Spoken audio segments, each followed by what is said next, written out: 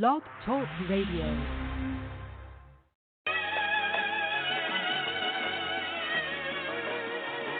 Yeah. Yeah, man.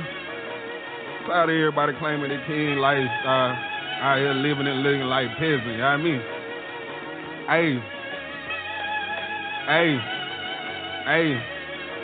Hey. My partner say that he facing a double murder. Another one say he sold her undercover. Homie hit my line, say he got remix. If P.O. ain't playing with them ways, got a sleep sick. The shawty say her and the dude had to part ways. He put his hands on her, then he called a case. He called it land on him, let him plead his case. After that was done, yeah, they broke his face. My bro free now, bro, the shit came on. We gon' do it big, but that boy park on. They can lock you up, yeah, just a lesson learned. Try to keep you down, babe, we gon' set it earn. Got this weight on my chest like an anvil. Now my head hurt, might need an Advil. Ad-lib, search and ass kill, ayy.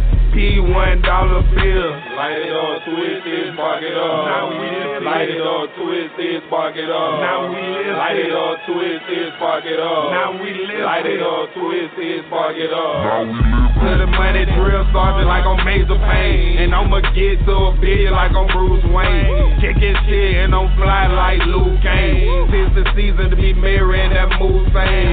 Hey, I'm trying to be buried in a few things. All the Mars skeletons thugging on me, all the wall. Dug by far, I'ma make an imprint on your broad mind. I'm so different. We're not the same. I'm on my king shit. Yes, he looking bad, but she ain't good shit. She want it all in bad, but she ain't worth shit. She looking for a dad, but he ain't no shit. Amongst the kings, it's a code of silence. Real G's moving silent. Real B's moving silent. And real C's moving silent. Born to be K-I-N-G, born to be K-I-N-G, born to be K-I-N-G, born to be K-I-N-G. Father who left us to me, Yahweh on the right side of me, and it is what it'll be, and it is what it shall be. Father who left us to me, Yahweh on the right side of me, and it is what it don't be, and it is what it shall be. I've been in it for as long as I remember. 1988, I was born in November. Scorpio, and I feel like the Phoenix. Rasta man, the way I'm killing these demons. Might as well talk the way I'm counting this money. Got tripping like I got up, be dreaming. I saw her from the back, thought about speaking. She looked at me like, give me that semen. Honey, hey, king shit. I mean, money on the beat, what going on? Hey, Trout Bird Light album, we finna do. Yeah, peace and love, peace and love. You know what I'm saying? Y'all tuned in to an episode of the Lord Business brought to you by visionary leaders of society. We definitely want to get back out our hiatus. We're going to get the new year started, cranking the program every Saturday, well, every Sunday, every week. But that being said, without further ado, tonight on the Lord Business, we got a real special show for y'all. Like, when we say show, we ain't talking about just entertainment. We talking about like a reconciliation or a reconstruction or an open dialogue.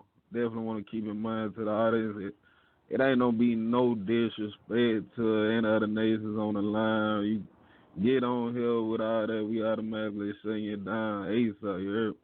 But without that being said, it's how we all coming in love, coming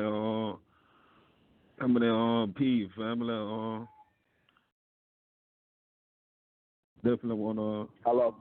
You got all the numbers I sent you? Got all the numbers I sent you? Yeah. We live right now, bro. They call on the show. Okay, I'm gonna call that. All right. Yeah, so sorry about that, family. But want to keep in mind, we definitely gonna keep everything peaceful, everything. You know what I'm saying? Because we want to definitely encourage one to, you know what I'm saying, no, you can speak from your heart, but at the same time, we don't want you to put yourself in an incriminating situation where you going against what's going on. You definitely want to understand the severity of the situation. Purpose of the night call really just to kind of give some type of mediation, some type of peace in the sense so we can, you know what I'm saying, so we can compute from the free world to those of y'all behind walls. We want to open up that platform for those of them brothers behind the wall that have some, you know what I'm saying, speak from their point of view. But before we get in, all that, let me bring bro in, you know what I'm saying, big bro, man, see y'all who kind of all just mediated this thing.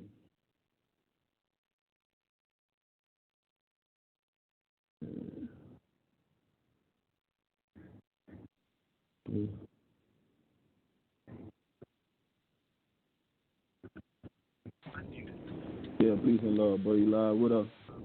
Well, peace and love. Yeah, I'm on here, bro. Yeah, what's going?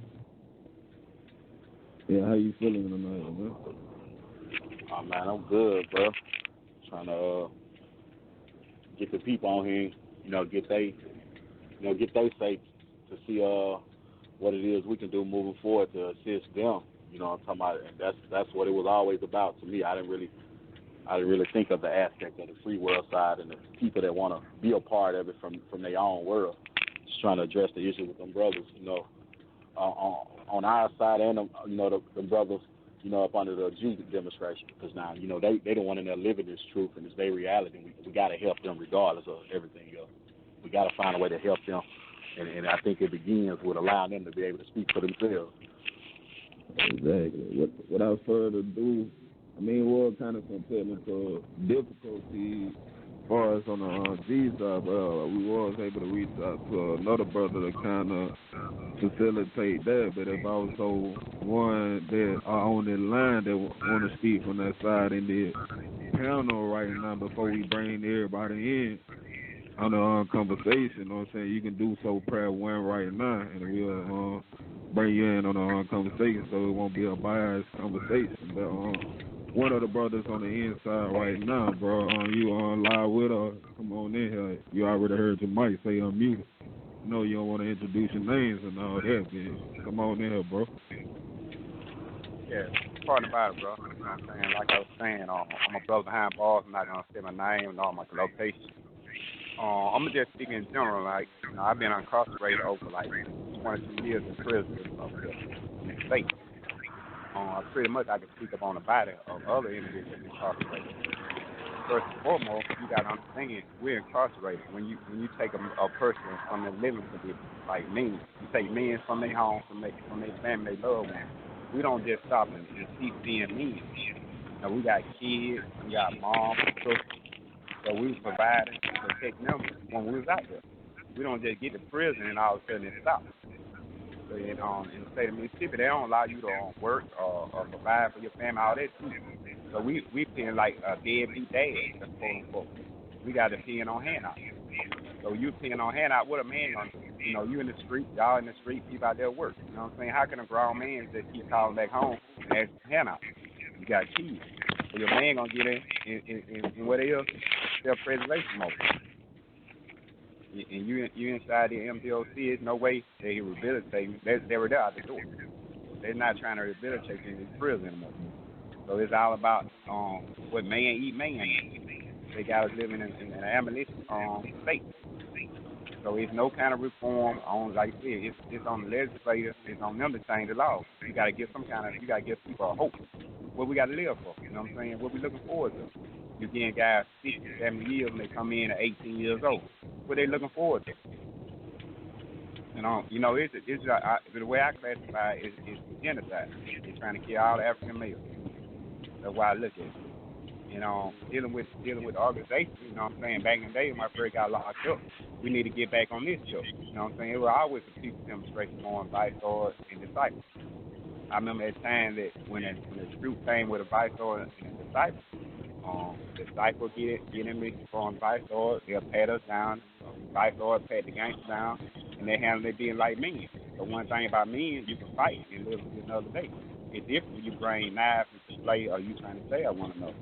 You know, we got to start back living the men. If you can't talk it out, you know what I'm saying? You want to come to physical conversation. That'll be me and those two on individuals that got a problem, not an organization.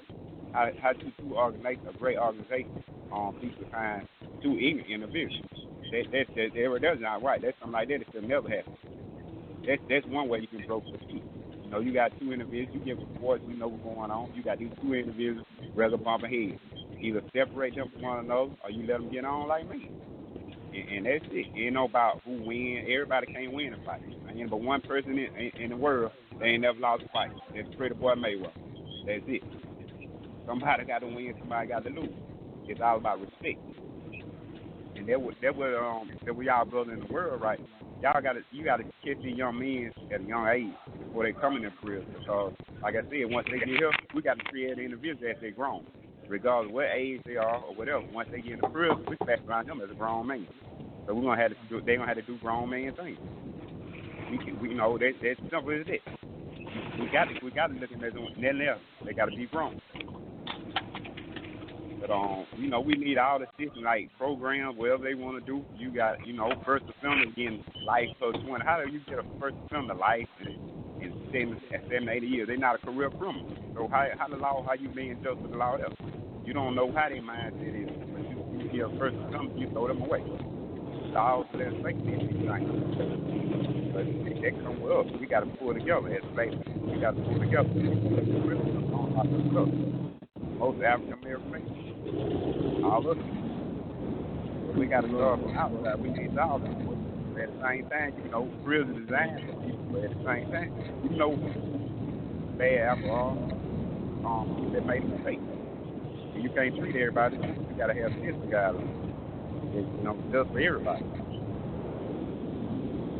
But like I said, y'all have any questions like that you want to ask? I much rather ask this thing than real good.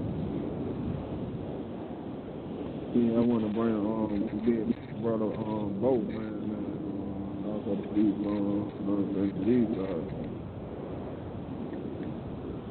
Yes, sir. I agree with everything Brother Man just said. You know, man, we got to be men. You know, you got to respond with a man. Like Brother Man said, hey, you know, hey, y'all go to the field, mano a mano, and you know, handle that, and once y'all leave that field or whatever, you know, the shit's over with. You know, we shouldn't be killing each other up, you know, because we're gonna need each other. You know, get the white people bad and confident, you know, we got it all that stuff, man. And then these prisons, it's just ridiculous. You know, don't have it all. You know, that's the main issue right there, right? Because got three brothers' heads messed up, and they like they have no hope, they have no future. They, you know, they got nothing to lose. You know, so why not, you know, kill a whole bunch of niggas that you don't like? You know, so man, we got to change that. You know, work together. You know, well, y'all know, I'm pretty sure y'all familiar with the Honorable Chairman Larry Hoover and, you know, the LSD and all that. You know, he always been about us coming together. You know, he ain't never been about us, you know, attacking and killing one another, you know. So, you know, we, you know, that's our concept, and that's what we're going to stand on, man. You know, we don't want to see no more bloodshed or nothing, but, you know, there's been a lot of lives lost, and we can't control everybody, but you know, we get the word out, man. That, you know, we need to heal, man. You know, come together. You know, so this is a good step here. You know, and I heard other things going on too, but that's my position, and you know, I got brothers, you know, that's backing me, and you know, and get the word out there.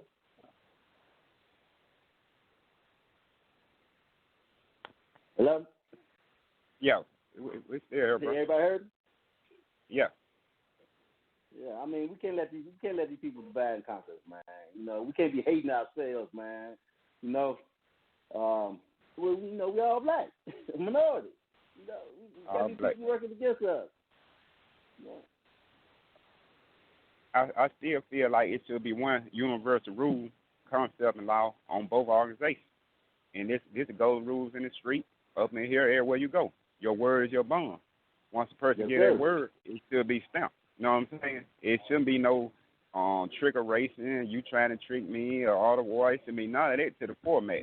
When a person get a word, it should be stamped. Once a person's word is lost, it's no way you can reside peace. You know what I'm saying? That's us being black male. We should stand on it. Our words should be our bond. Man, we got to use that, man. You know, yeah. they on that bad mean good and good mean bad type shit. You know, you got to teach them that your word is your bond. Yeah. Stand on it. And then, like I said, with y'all brothers out there in the street, man, I still talk to these young brothers, and they do come in here, and they come inside the premises. I'm like, I'm from the civil rights movement. I come up down south, you know what I'm saying? I'm being sugarcoated. I come from Alabama, so I come up in the civil rights movement. They never taught us to be against black. They never taught us to do things against your brother. You know what I'm saying? We always supposed to uplift, you know what I'm saying, the black community by any means necessary. When you do stuff you don't do against your time. You know what I'm saying? We killing ourselves. It just say it. You know what I'm saying? It just say it. We killing ourselves. It really killing ourselves. Yeah, that's the part I just don't see. We frustrated, we agitated. That's the way the system want us. They want to break us. They were designed to break the black man. But we got to still use our mind. We got to get back strong mentally, physically, and spiritually, and let them know. You know what I'm saying? We can overcome this by any means. Just because they got us in here, we ain't got to succumb to the animal state. We got to still focus. So, you know what I'm saying? Y'all brothers, the law, we got to have something. We got to still have that hope. When you don't have a black man, ain't got hope, this is where it turns to. You don't have hope. You can't tell a man. I can't tell a man, what hope? What I can tell him to look for. You know what I'm saying? Like brother said, we don't have nothing to look forward to. We get good behavior. We grow in these programs. You ain't doing that for the violent offenders. You look at the record, do the track record. Violent offenders be the least people to commit a crime again. You let those violent offenders out, they ain't coming back to prison. You know what I'm saying? They understand what's going on. They ain't trying to come back to prison. You got to have some kind of program, some kind of sentence that we need to meet. We're willing to do it. You got to start with the list. They got to start with the law being changed.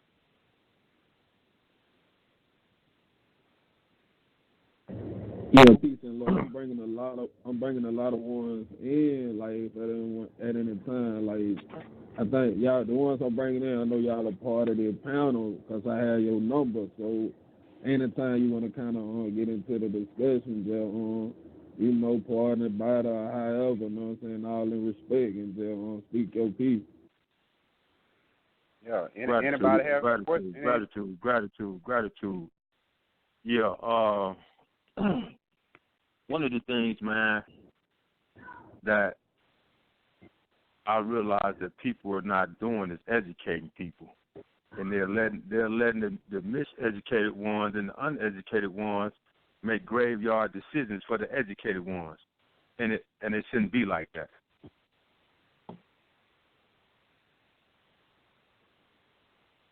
At some point, you got to get back to the education piece. You got to get back to the original of that which you say you believe in. Because that which you say you believe in and that which you say you are so loyal to, how do you get so far away from its original context where it was designed for? How do you get from that?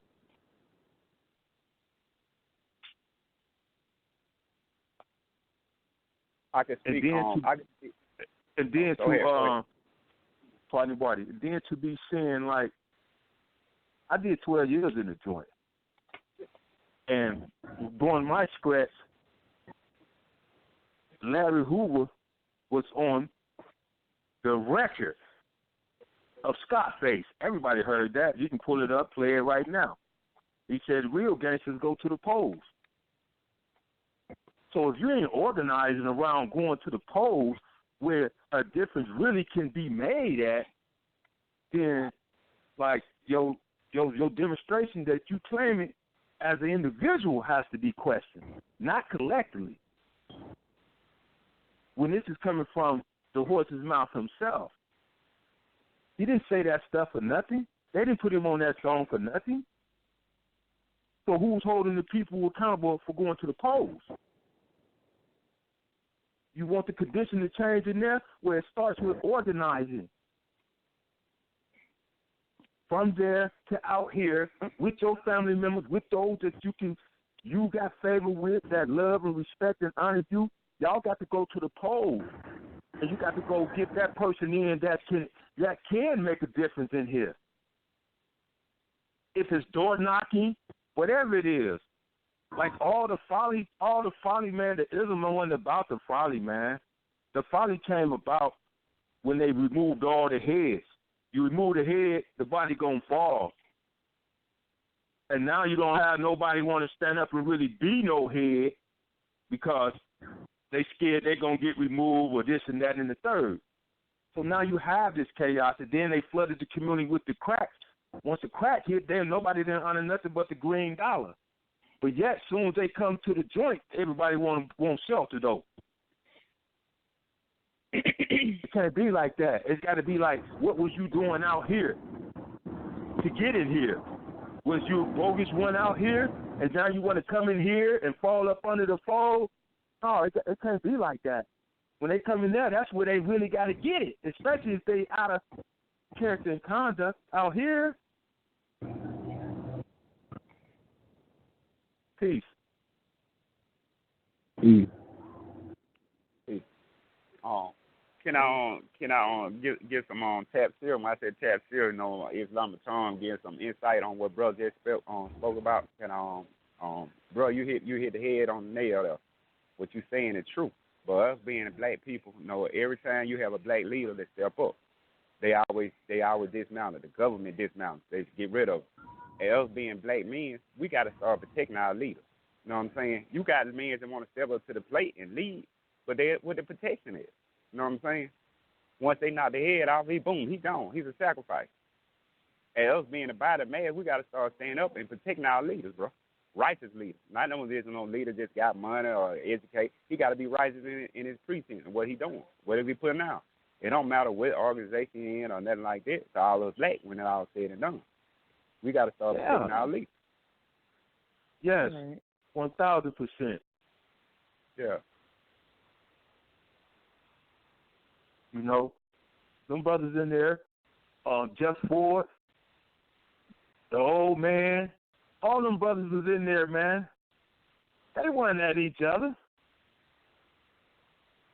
They eat meals together, reading the Holy Quran, Surah 7, the Bible, and any other literature that they can get and feed their mind, spirit, and soul. You might can lock the body up, but you can't lock the mind up. That's right, bro. Yep. So we need to stop allowing these uneducated ones, these self-appointed ones, these self-made ones, do all this stuff out here in our community to our grandmothers, aunties, uncles, cousins, brothers, and then they come in there, they want to hide behind the fold. Paperwork got to be checked at the door at some penitentiaries. Yeah. Code of conduct has to be checked at the door at some penitentiaries. And dealing with your own, all of that stuff. You out of line. These cats don't even know law. They just start wearing their hat to the left or the right because their cousin was this, or their best friend that they went to school with was this, or I'm this. We live over here, I'm this. No, it wasn't like that. When I was coming up, they could pull up on you, ask you to spit something. You better be able to spit it. Don't fumble, stumble, or bumble. This is your word, going back to what the brother was saying earlier about your word. Your law is your word. Your laws is your word.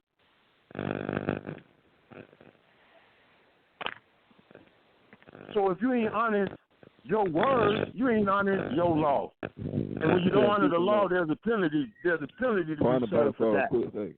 Yeah, part about it for a quick second. Not to cut the wheels and stuff, but hold that thought. But I have to keep on bringing in, too, like if you're not speaking, put the phone on mute, please.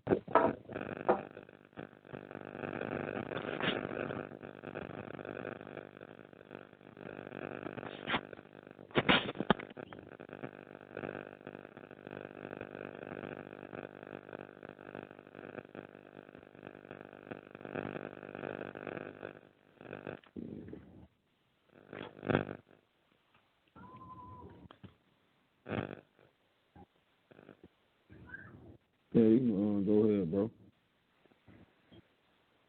Your laws is your word. So if you're not honoring your laws, you're not honoring your words. Everybody took an oath to what they say they believe in and what they love so much that they're willing to die. It's easy to say, "Oh, I'll die for this and that." You never hear nobody say, "I live for it." And then they know you can't. We can't really call them on that. Only the Creator can call them on the death part. So I don't need you to say, "I'll die for this and that and third."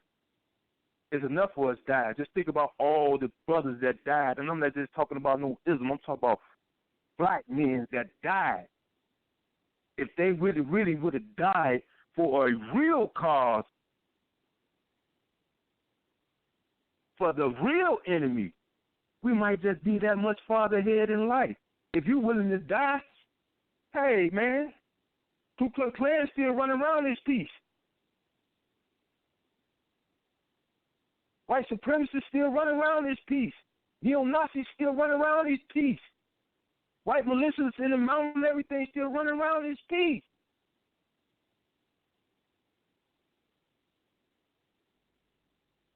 And they ain't into it with each other. They all got different first names. They ain't into it with each other. Because they know who the real enemy is.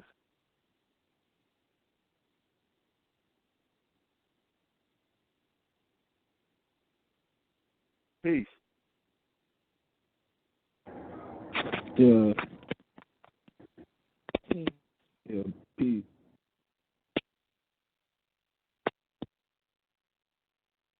Oh, someone coming in? Hello? Yeah, come on, come forward, sir. Peace. Hey. I want to reiterate what he said about going to the polls. I just want to give some facts, and if we know facts, then we together and know how to go from there. They had the ex-commissioner, Felicia Hall. She just stepped down, so we don't know who's getting in there. She's the commissioner of MDOC. And she gets $340.8 million a year for the 36 facilities that's in Mississippi, okay? From there, she has 2,000 employees, okay? But it's over 29,000 inmates. So right there, that gives conditions right there. And I'm just really sorry that a lot of us that's out here that's not behind the walls have failed you guys. I mean, ones has been talking in there for a long time. But like he said, the only way we can go about it is saving our youth, making them not go there. But not only that, supporting each other in all types of ways, supporting these black-owned businesses, supporting people that we know that's running into city council in your neighborhood, going up to governor. Okay? The ACLU had filed a lawsuit against MDOC in 2005 for the inhumanations at Unit 32, and they ended up winning in 2010. So I feel like that we all need to get together. I feel like this is a lawsuit because a lot of the first administration is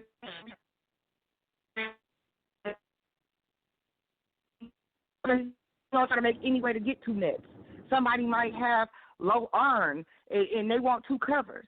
So they got to do what they got to do to get two covers. These are conditions that needs to be changed. Some people don't have running water. Some people do not get out to see their family because they're understaffed. They don't get their hour a day because they're understaffed. Like any business, if you are understaffed, you have to close down or pick up the conditions. Even the guards are not being paid much there. That's why a lot of stuff go on, because they get paid kibbles and bits to oversee 200 people to one guard, 300 people to one guard, okay? We have to get in. We have to change conditions. We have to stand together.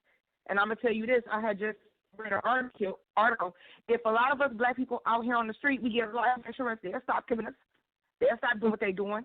If we go ahead and get us these homes and get us this land, then we have to be set up and talked about. We have to get to know their ins and outs, because any law they make an out for themselves. Trust and believe that. Oh, that's all I wanted to say. Thank y'all for having me. Yeah, peace and love. Peace.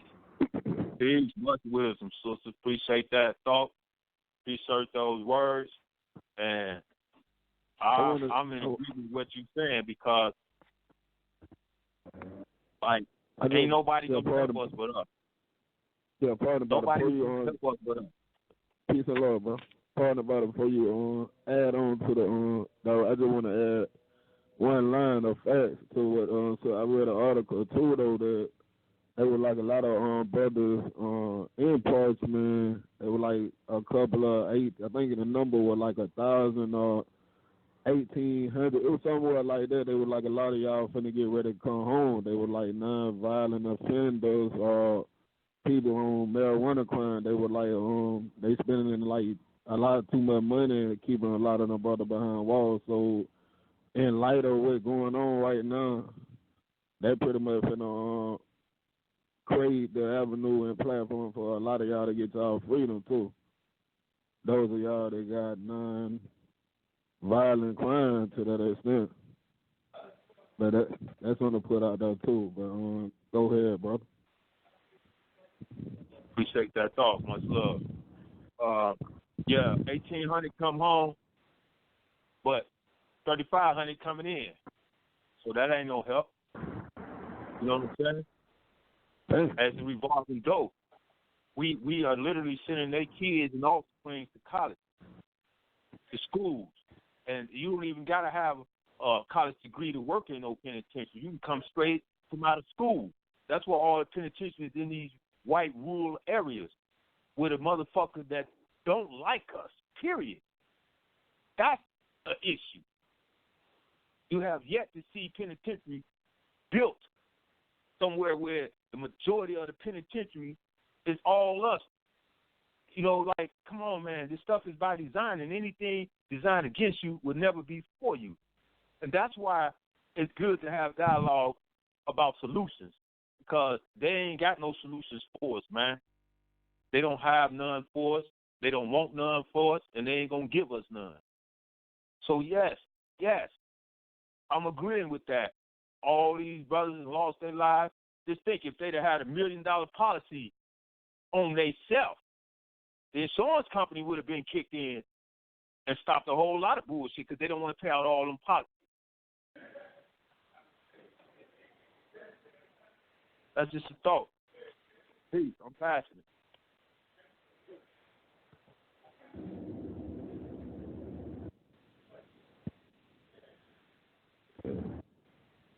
Yeah, anybody want to speak or whatnot? Well, yeah, I'd like to speak on what bro just said about the insurance policy. You know what I'm saying, bro? You know, that was a good idea. Like, you know, my family, you know, they still support me through my incarceration. You know what I'm saying? You got people that's locked up. They really don't supposed to be here, so they support me 100%. One of the when I first got incarcerated, they were trying to make sure I had life insurance. The insurance company, they denied for me to be on life insurance because they don't allow prisoners to have life insurance. They was telling my family, we're not allowed to have life insurance here, bro. You know what I'm saying? So we just basically inside the slaughterhouse. They, you know, it's like no win situation up here. That's why I just want to speak on that part there. I'm drawing on that. Any way they can weasel out of it, they will. You know, any way they can weasel out of it, they will. And that's why we got to be covered before we go. You know, we got to be covered before we go, man. And some states' laws is different. You know what I'm saying? Yeah. But we got to get back, though, still to the education piece, because there's no way that the uneducated should be making graveyard decisions for the educated one. That's It true. just ain't no way. It's upon the body. I'm speaking. Peace. Yeah, I want to say that I've been listening. I heard a lot, man, and I think more of the solutions is the dialogue is good because it's the start, but the solutions have to be focused. We have to be focused on solutions here, and time is not on our side because we're behind. We are behind. So one of the solutions that I've been thinking about is always the finance and uplifting the nation. Now we got so many people that's focused on the differences that they have rather than the similarities. See, the titles and the labels we are using to separate rather than to identify. So we're separating ourselves. That's what we're doing, and that's what we're allowing the Willie Lynch syndrome to trick us, because now we in this situation. I did 20. And I'm out here, and I done work corporate. I done work legislator, the funding. So one of the things that they will respect is unification. So for the brothers that's still in there, whatever y'all got to do to figure out how to unify, and it's going to take a collective effort with like-minded individuals, a collective effort with like-minded individuals for the cause, because the system, like my brother said, is designed against you. It's a design. There's no way it's going to be for you. So y'all have to create your own system, and the one y'all got is busted, or you don't even have one. So the like-minded individuals got to stand for something, because they're going to be affected by other individuals' decisions and behaviors. So now, with that being said, you got to be strategic with family members.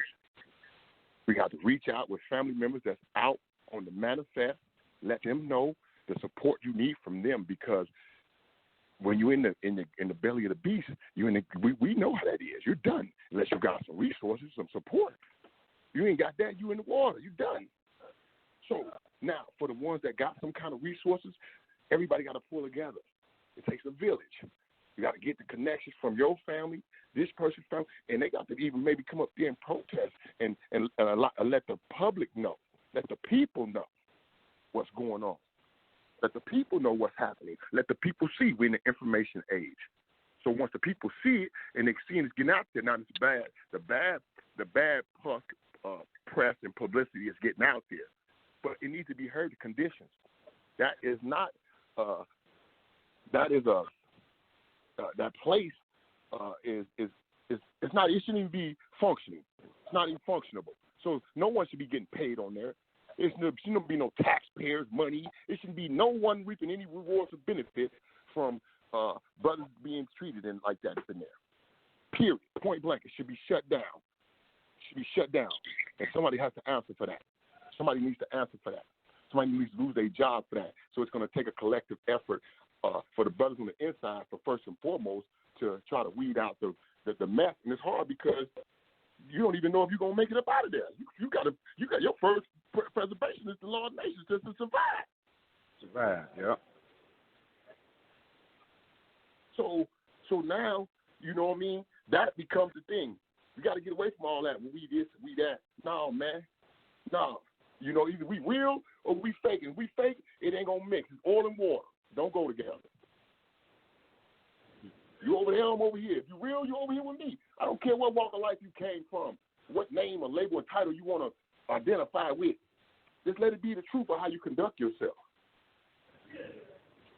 You know, and peace. That's what I got to say. Yeah, peace. I know the brother wanted to hear from Sharif. You on the line, beloved, bro? Yes, sir. Peace and love. Peace and love. Peace and love, brother. Peace and love. Peace and love. Yes, sir. I've been listening to the brothers. Our brother Noonie Ward, he's on from Chicago. I just gave him the number. We're trying to put forth a little delegation of individuals to come forth to Mississippi to try to lay back and aid and assist the brothers as well as the sisters down there in trying to assemble a blue ribbon panel comprised of a lot of different public officials, ministers, and even government personnel. We already had conversations with members of the warden's office or in the MDOC, and to try to help facilitate this. Now, no one's seeking to try to come down and tell nobody what to do, but this is an issue that affects all of us. So all of us are needed to try to work for the benefit of each other. And that's the platform in which we stand on. No big me, little you, all of us working for the benefit of each other. Now, we're trying to assemble this here in conjunction with brothers in Mississippi, both vice lords and disciples, to try to lay back and just work to try to bring some type of resolution to what is transpiring in the institution and the conditions that exist inside the institution, because everything that I've been informed of is horrible. And no one should have to live under the conditions in which brothers are expressing that they're living up under. So those are some of the things that breed about all kinds of different hatreds and confusion and folly and stress and depression and all the rest of that. So we're trying to lay back and assemble these individuals, and hopefully within the next 2 weeks, God willing, we'll be able to be there working in conjunction with some of the brothers down there, both vice lords and disciples, try to lay back and see if we can kind of put forth some kind of solution to some of the problems that exist, not only in the institution, but we want to try to lay back and bring the brothers together that are on the block, so that those brothers will be united. Just like the brother said, it takes a village, but we have to be united in our efforts to lay back and try to make something transpire, something happen that's going to work for all of us. So that's the platform that we're on, and God willing, hopefully we'll be there sometime within the next 2 weeks. We got a Attorney General here that's trying to facilitate some type of communication with, I think this congressman's name is Benny Thompson or something like that nature. So we're trying to put these things together to see if we can bring forth some kind of help and aid and assistance to our brothers that are in Mississippi. Peace. Yes, sir. Peace and love. That's good to hear. That's good to hear. That's great to hear. You know, that's great to hear. Not saying, pardon the body. Yes, sir. Not saying that it's not going to be a great challenge for the ones who to come there and extend their aid and assistance that way. It's not going to be an easy task. It's going to be a great challenge for them. But however they up to the challenge, they're willing to make the sacrifice, and we just do the best that we can, man. We do the best that we can, but the real demonstration is we have to get away from the separation, and the titles are what's separating us. I'm a Jehovah's Witness, I'm a Baptist, I'm a Christian, I'm a Muslim. All these is man-made titles that keep us separated. I'm a slave descendant born here in America. My grandmother, my mother picked cotton. My aunties, they picked cotton. So I'm a direct slave descendant. And that's the one title that binds us. And so that's what I'm about, man. That's what I'm about. Yes, sir. Yes, sir. Peace and love. Yes, sir. Peace and love. Well, is my mic still open? Yeah, your mic's still open. Yeah. I'm a firm believer, and we have to recognize first and foremost that we family, and our family coming forth from the middle passes and what have you, where we've gotten from. We've had all kinds of things that have been thrown at us. We had the middle passes, millions of us lost. We had Jim Crow. We've had all of these different forces that have came against us, but we've risen. We've risen in spite of everything they've tried to do to us. The worst thing that is happening to us now is that we are affecting each other. We are hurting each other. We are killing each other. So now we have to change that mentality. We have to let brothers know that this is not about us killing each other. It's about us working together to try to back and build something for our future, for our babies. And it is a daunting task, but it's something that all of us should be compelled to do.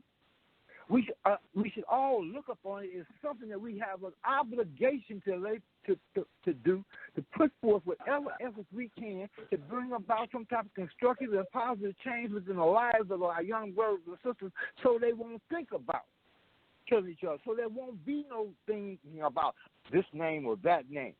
So when brothers look at each other, they look at each other as our being this family. You know, now I'm old enough to remember the Black Power movement and what have you, when there was all of this love being expressed and all the rest of this here, and you had white folks manipulate that. I remember brothers that used to lay back and carve out a pick. Then they started commercializing it. Then they came in with the Jerry curls and all the rest of this here to take the naturalness out of the hair. You know, then they start franchising the dashikis and all the rest of this here. We need to cultivate our own resources. We have enough resources to cultivate them. And one of the things that we seeking to try to do is to try to lay back and bring those resources together. There is a wealth of brothers. Listen, you do not really know the extent of all the people, the Jay-Z's, the Kanye West's, the T.I.'s, the Ice Cubes, and Brother Noonie Ward, he's listening on the phone, and if you could cut him in, put his mic in, he can lay back, because he's working on that entertainment piece, and he's associated with all of those different entertainers that wish right now to come down in Mississippi to express their love for our brothers. So there's a large agenda. Stevie Wonder has just went through a different surgery, so I don't know if he's going to be able to attend or not. But at one point, he was trying to coordinate an effort to come toward Mississippi. And I'm sorry that we weren't able to do it then, but hopefully we'll be able to do it now. And I don't know though if he'll be able to attend or not, just because of his recovery process. But if you could put Noonie Ward, open up his mic, I'm certain that he's in Chicago. I'm certain that he can lay back in the phone. You far greater than myself, because he's in direct dialogue with these different brothers who are talking about extending their hand and whatever support they can in Mississippi. Peace and love. Peace and love. What's the first digits of that number?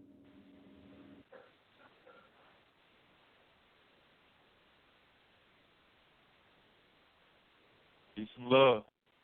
Peace and love. Yeah. Can you open up Noonie's mic out of Chicago? Yeah, I'm saying, what's the first digits of that number? Okay. No, I'm saying, give me the first. Give me the I guess first 6 digits of the number. You need the phone number. Oh, you need the phone number? Okay, let me draw it up for you. Hey, my bad. I told you. I forgot they did Georgia accent, man. I forgot everybody on speed country. My bad, man. Okay, his number is 312-998-1295.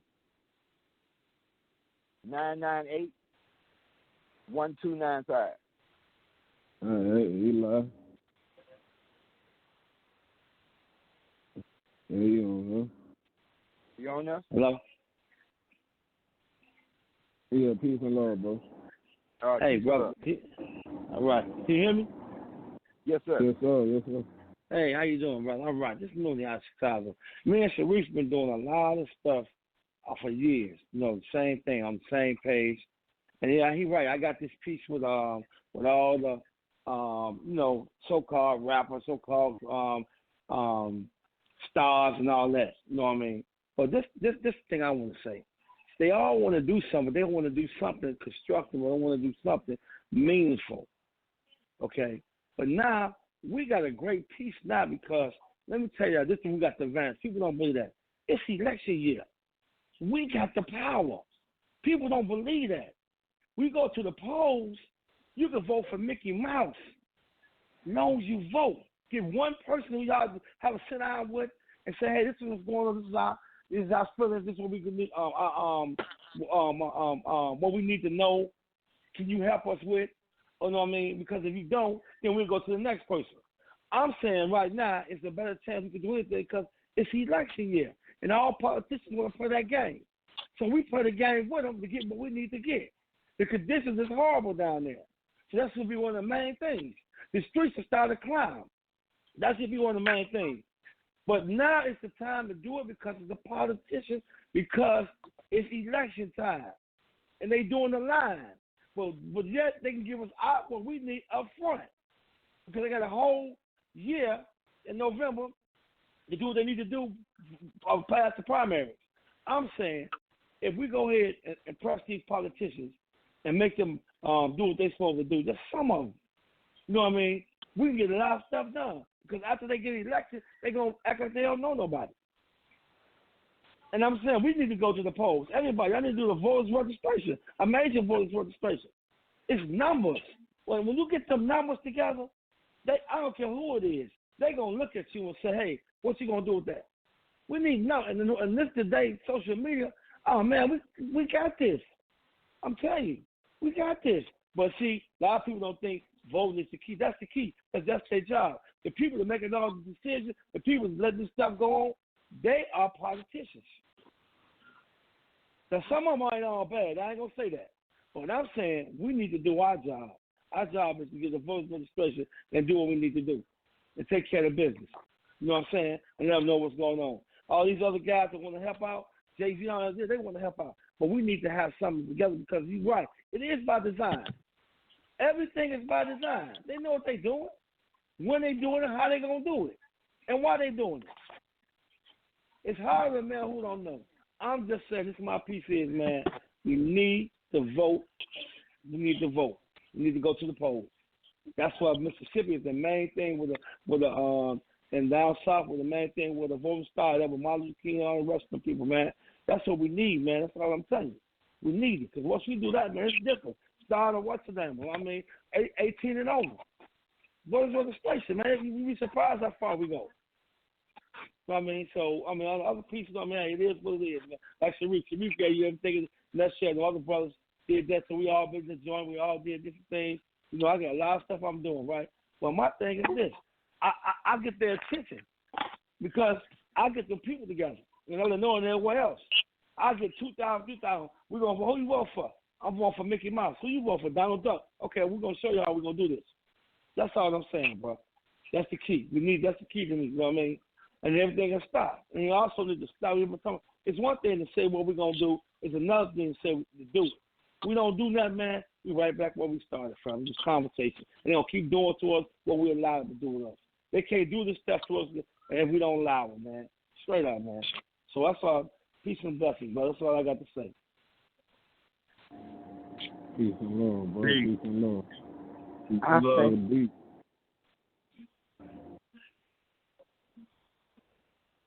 All right, hopefully, God willing, we'll be able to see you, brothers, within the next couple of weeks, and we'll be able to sit down, brainstorm, and put something together that's going to be constructive and positive for our people. All right, peace and love, bro. All right. Peace.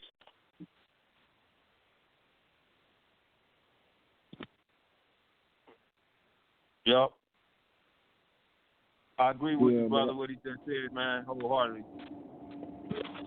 That's where the difference is going to be made at.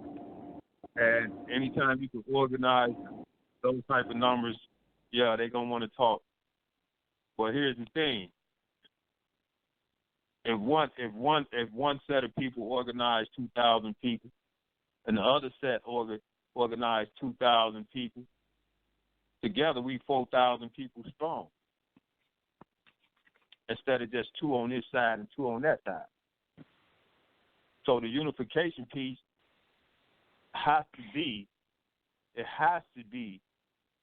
in the forefront of our minds. Going back to, like my brother said, the like-minded ones. We know everybody ain't going to be on board. We understand that. But the like-minded people that know what's going on, it's for them to get to the polls and get whoever that love and respect them and honor them to the polls. You know, and we get it in writing. We get this stuff in writing. We ain't getting nobody our votes if they ain't giving it to us in writing so we can hold them accountable to the contract that's binding us of what they going to do once they get in. And if they don't, we can also expose that contract now in this modern day and time. You a fraud, you a liar, you a hypocrite, and you a front if you ain't going to uphold that contract. That's why so many brothers don't want to link in and click in and be with the whole voting things, because they feel like they're going to get the chair pulled right from under them. But all these other brothers that's got some paper, got some influence, these rich brothers that I know that are richer than me, I have yet to see any of them use their platform for the unification of the slave descendants. I don't even hear them talking about an idea for unifying the slave descendants. It's like you don't hear that. And when everybody know, man, that that's the power. As tight and cheap as these white folks is, these son of a guns will wear a pair of pants for 5 years, a pair of shoes for 10 years. They so tight, but yet they willing to spend millions and millions of dollars on us being disunified. That lets me know alone that it's power in unification. So we got to wake up. We got to wake up, man, and we got to see past the title. It don't cost no brother nothing to tell this man that he loves him. Now, you ain't my enemy, brother. I love you, man. Peace and love. Much respect. I love you. You ain't my enemy. And it ain't them that's doing it to us no more. They done set this system in place so tough, whereas we doing it and it's spinning on its own action. We doing it to our own self. So it's got to be a vetting process as well. Peace. Yeah, peace and love. Like, I see some people got their hands up too. Like the one, anytime, you know what I'm saying? Like we can open up to the one on the outside of the panel or whatnot. So good. Crack one, you know what I'm saying? You can come in peace in their conversation. That's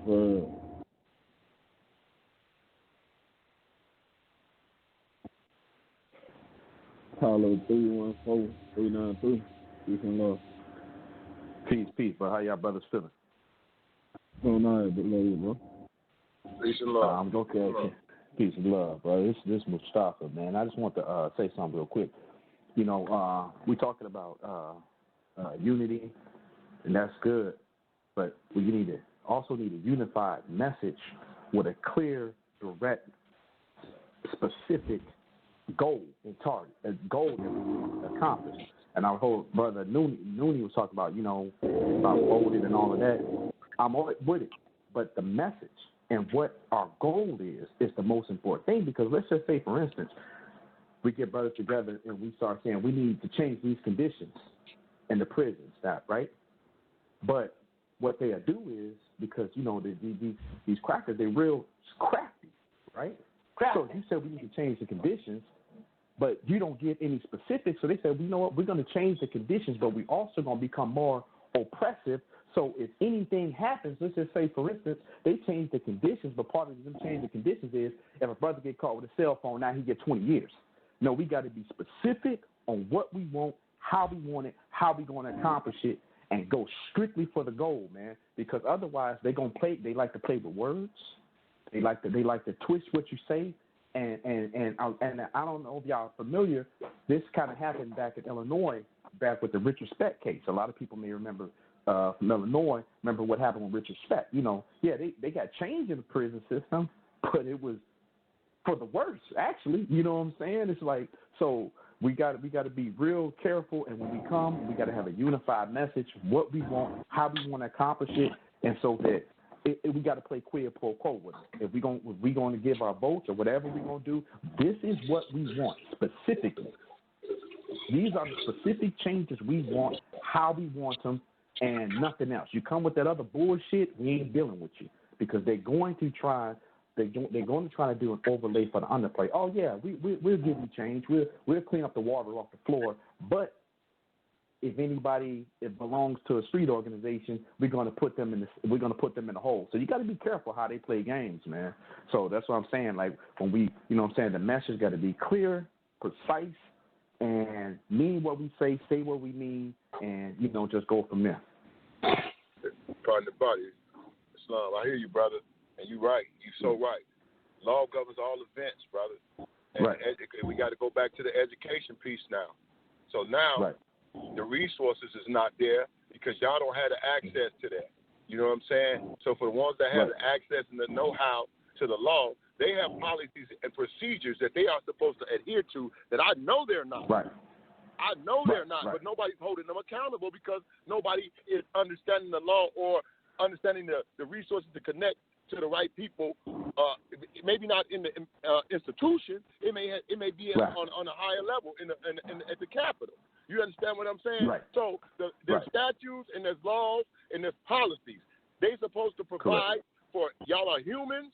Just because y'all are in the facility does not make y'all less humans. We're under the 13th Amendment. We can talk about that shit too. Now, it's a lot of stuff that we gotta address that we up against, where we've been up against. So we got to eliminate the shit that we putting in our path as obstacles. You know what I'm saying? We have to do that, and we have to arm ourselves with motherfuckers and brothers and sisters and family, and not just relatives because we related, but family, people that understand family concepts. We got to make sure we align ourselves with the people that's going to be like-minded, that's on the path that we're on, that understands justice, that respects accountability. It's a combination of things, bro, but I hear you wholeheartedly. Right now, everybody that called in, we got to do diligence. Everybody that this is important to, we have to take something away from here and just say, like the brother said before, what do we do? What do we do after this? You understand what I'm saying? Like, it has to be something. This is an action step. We ain't just talking in dialogue. So now, once we done, everybody has to have some kind of form of action step that we're taking to change the condition. Everybody. Can I say something real quick, brother? Yes, sir. Okay, I want to say this real quick. See, a lot of times when we see the movies about revolution and stuff like that, we glorify, the New Yorks, Chicago, and places like that. You know what I'm saying? Not to, diminish any of that, but the real revolution is actually in the state of Mississippi, and I'm going to tell you why.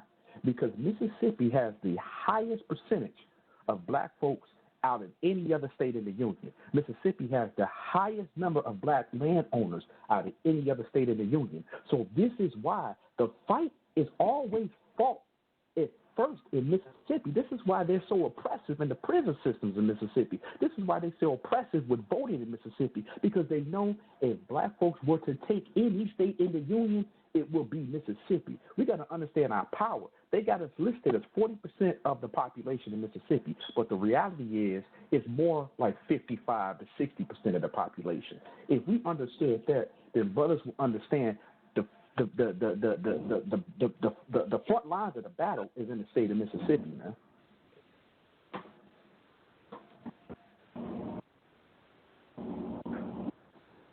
Pardon about it. Can I speak on that, bro? Go ahead. This brother behind bars, right? I'm gonna try to give y'all an insight of the evil that we're going against, brother. I'm saying, like I said, I've been open like 22 years. I done did the grievances. I done did the ARP, fighting just, false imprisonment, cruel unused punishment, impartial Mississippi. Brother, Mississippi is on. They don't respect national law, bro. We got to get wherever y'all get. We got to have somebody gonna fight for human rights, not just black rights, humane rights. Don't matter you black, white, or whatever. They're not respecting anything in the prison system here. Mississippi going their own law, bro. I did grievances. I even spoke on the price gouging with the commissary way before the commissioner got caught up with it. They kicked everything I did out of court. Everything I filed, they kicked it out. But all of a sudden, they get caught up with it. Now they saying they got price gouging. You got a noodle cost 50 cents. Come on, what you gonna pay a 50-cent noodle? You know what I'm saying? How you know what I'm saying? You the things on the commissary is so ridiculous, bro. Our living condition. You know what I'm saying? We got to spend our money for this and that. You got to go in the field. You don't go in the field and work in parts. You don't go out there and work. They give you all y'all. They give you write-up. They give you extra time for not going to work. You know what I'm saying? I had life plus 20. I even had a meeting with the lawyer. Not the lawyer, but the warden. The warden came to his office. He said, why are you not working? I said, sir, I'm not exaggerating. I'm not sugarcoating. Most people might think it's funny. But I really try to blank myself, psych myself up to go on the field and work in the field. I told the warden, I said, first, I'm an innocent man, I can't go out there. He said, what's the other reason not going? I said, the other reason I'm not going because you're not paying me anything to go out there for. So what I'm going out there to degrade myself for. And thirdly, I said, man, my granddad might raise out his grave if I go out here and do some slave stuff they died and fought for. The man kicked me out of the office just because I refused to go work slavery work some of my ancestors were forced to do. Why are you forcing inmates in prison to do slavery work again? You know what I'm saying? It's like recycling. You know what I'm saying? We never got out of this slavery mentality here in Mississippi. They're still saying we slave once we get locked up.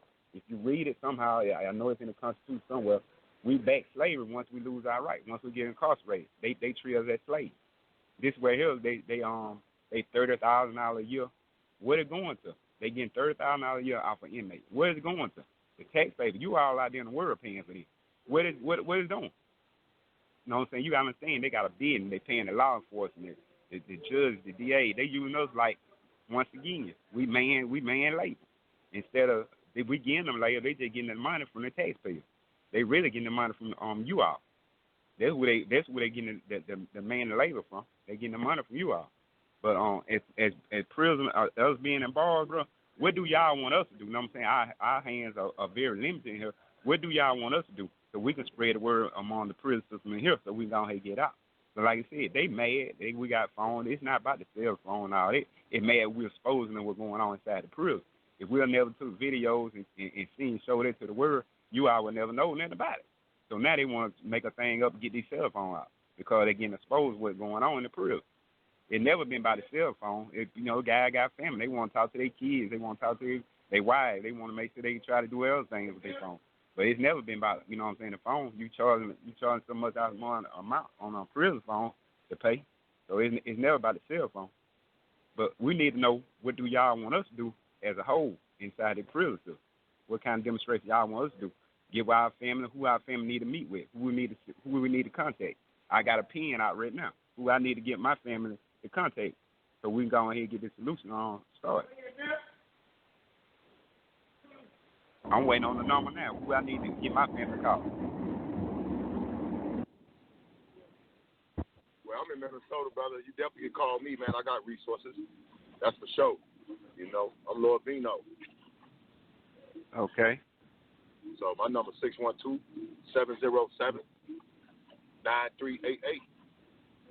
Say that again, bro. I know. 612-707-9388.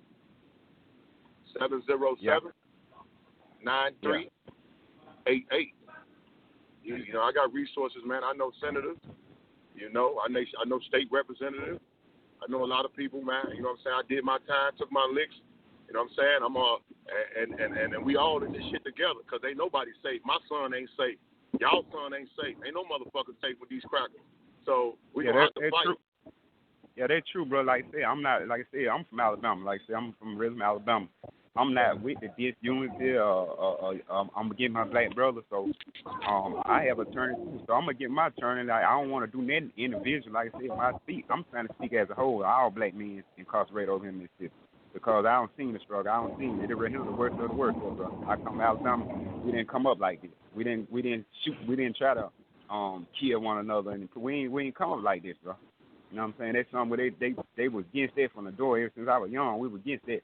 Going against your own kind, doing stuff against your own kind. But here, that's the way they got. They got the Jim Crow law, like y'all said. They got it implemented here hard, bro. They put it, when they put it down, here. It's strong here, bro. I understand, bro. I don't know what school to taught you from, man, or nothing like that, bro. But don't forsake your most sacred weapon, man. Whatever y'all got to do, man, is to unify and come together, man. Y'all make sure y'all own that, man. Y'all make sure that be the first and the last thing y'all own. You understand what I'm saying? Because it's going to take a unified front. It's definitely going to do that. And, you know, and it's going to take some added help. So y'all need help. Yeah, that's what I said, bro. I commend y'all, bro, taking y'all time out, even considered being, you know what I'm saying, concerned about brothers incarcerated. Bro, I'm you and you and me. We could be right where you at. We've been right where you at. Shit. Yeah, that's what I'm saying, bro. We gotta make sure we do everything on the same cause, bro. You know what I'm saying? When y'all move, we're gonna make sure we move behind these bars. You know what I'm saying? No matter what they are, Nice or Crip blood. Like I said, you say you blood, live blood. You say you Crip, live Crip. You say you disciple, live disciple. So you vice Y'all or need a live class vice. action. Y'all need a class action grievance. It's a class action grievance. So all the issues, everybody has to write. It could be one specific thing, but everybody has to send their own one in. You understand what I'm saying? Or they got to sign it, and y'all got to get it up out the penitentiary. Okay. You got to get it up out of there. All the issues that y'all that they putting on y'all. You know what I'm saying? That's unjust and fair. Put it on there. Even if you can get some statutes, you know what I'm saying, for the policies that they're supposed to give y'all. I don't care if it's rec, with the work, all that, the policies, and then they got other policies that they got institution policies, then they have state policies. So the institution policies ain't lining up with the state policies. I promise you that. You need both of those. It's not. I know you know it's not. So I understand. Like I said, we don't did this. We don't did it. We was on Green County. With brother did it. We tried to put everything together. Legislation kept kicking out. We tried to get bills passed with the law. They kept kicking out. So I'm gonna go back and reach out to the old brothers and try to bring to the place. Since I got the number, I got a lawyer too. So I can get my lawyer to reach out to you all out there also on my behalf. Okay. I mean, y'all brothers got time out online trying to.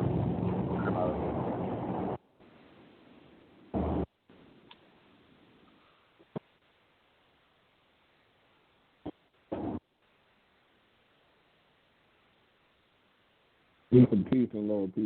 Like, they'll keep, you know what I'm saying, like, one that's want to chime into the conversation, but probably one. Yeah, you're coming forward, beloved. Call it 612-207. Call it 612-607. Yes. I'm from Minnesota as well. I think the brother was just speaking from Minnesota Queen. As well. Hey, yes, absolutely. This is Queen. So I would like to put my phone number out there so that if we need to bring documents to people, I'm working with individuals that is doing a lot of organizing. We really got to attack the prison reform policies, and I would like to be able to be a conduit, if possible, for any. I'm a commissioner with the city of Minneapolis, but I do have other states, 26 states, 66 cities. I do a lot of organizing, and I've worked with these brothers that is on this line right now from Minnesota.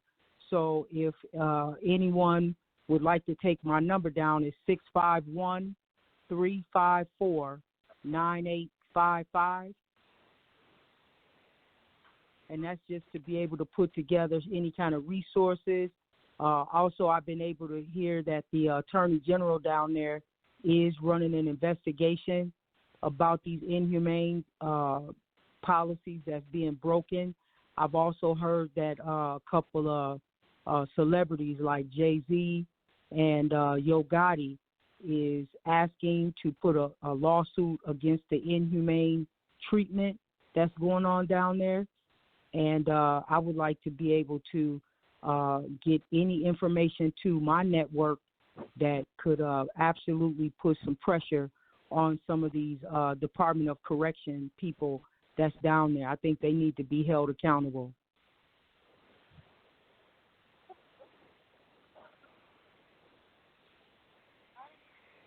I got the number, so like I said, we've been getting contact with my lawyer. So I know they're gonna try to put the handcuffs on us behind bars. I know they're gonna make our life miserable, but we got to do something. If y'all help us fight for our rights, we got to stand up and fight for our rights also. Correct. But I got your number, so. All right. Thank you. All right. Thank you. You're welcome. No problem, sis.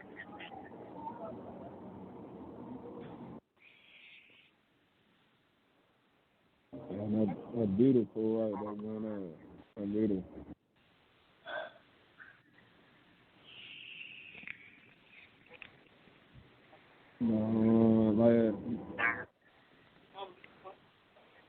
We can want to go back around, like for one, they further want to add on to the conversation. Like we definitely in the solution. Like I mean that real like those brother behind the wall definitely do need our help. And like even myself, I put my number out there 770-728-3071. I go by Lord Infinite, like I host like the radio platform, but I'm also web and graphic designer. I do the marketing, advertising stuff. I'm good at it. I also am an author. I wrote like 4 books. I do music as well. So I mean, I got a few things about marketing and advertising. That's pretty much in my field right there. Please repeat your information. That's Lord Infinite. I spell my name INFANIT. And my number is 770-728-3071.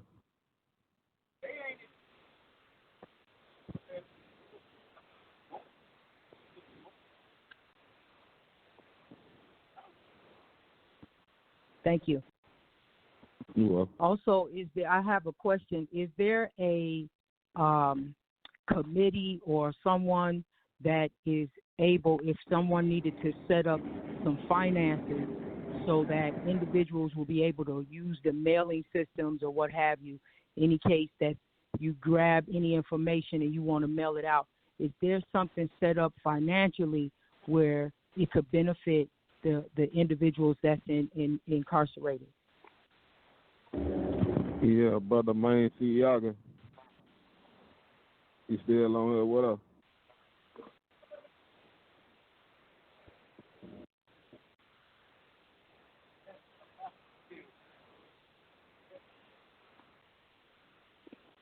He ain't on the call. Yeah, I see his number on here, though. Unless you on mute, bro. You might be on mute. I think I have the flyer. I can grab it off of there. Nah, that's the call-in number. I was speaking on bro out there in Mississippi. Like I'm in Georgia, but I know bro Main C. Yaga. I know he in Mississippi. But as far as like administration, I guess I'll wait till the brother respond to kind of speak on that. Now I'm finna pull over, bro. I have my phone. Pardon me. I have my phone muted because I'm in the truck driving. It's loud. I'm finna pull over now. I got my phone muted, so I pull over to the next thing. Okay. But you heard the question, right? No, sir. Repeat the question. Now, as far as do we have like a treasurer?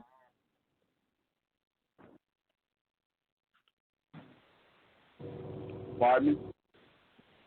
Do we have someone who, like, if they needed to send envelopes out or information out, and do they have some type of consistent donations going that way for those brothers that are incarcerated? Do they have like something where there's a treasurer in place or someone who is able to help meet that need? Because organized people organize money, and that's the only real way we're going to get some type of leverage. And in order to get some type of proof, we have to be able to be in position to receive that mail, and that mail has to be marked confidential in order for them to kind of mail those conditions and what's going on out here, so we can kind of run that investigation on them. Right. Okay. No. Actually, the answer to that will be no. There's no one particular person, and there's a lot of reasons for why. It's not that the thought of the idea hasn't been visited, but as the nature of the conversation has been going, we're in a condition where everybody finds a way to find something to identify themselves differently than their brother. So even if you were to put somebody in that predicament, you would have 2-3 guys over here talking about, man, he don't do that for me. that's just the nature of the situation now. But we do have certain people that I'm aware of that I can get information about to wherever it needs to be for that. Because I myself, I try to contribute as much as I can, but it's always to different people because of different formats and stuff of that nature. So, yeah, but any information of that nature, I could definitely get it across. But it's not no one person. It's gonna be a several people situation. Somebody, because we are. I mean, we just as black people have found everything in the world to separate ourselves from. Including the Android and the iPhone. That makes you different. Correct. It's sad, but it's the reality. It makes you different. In our mind, some type of way it makes you different. Yep.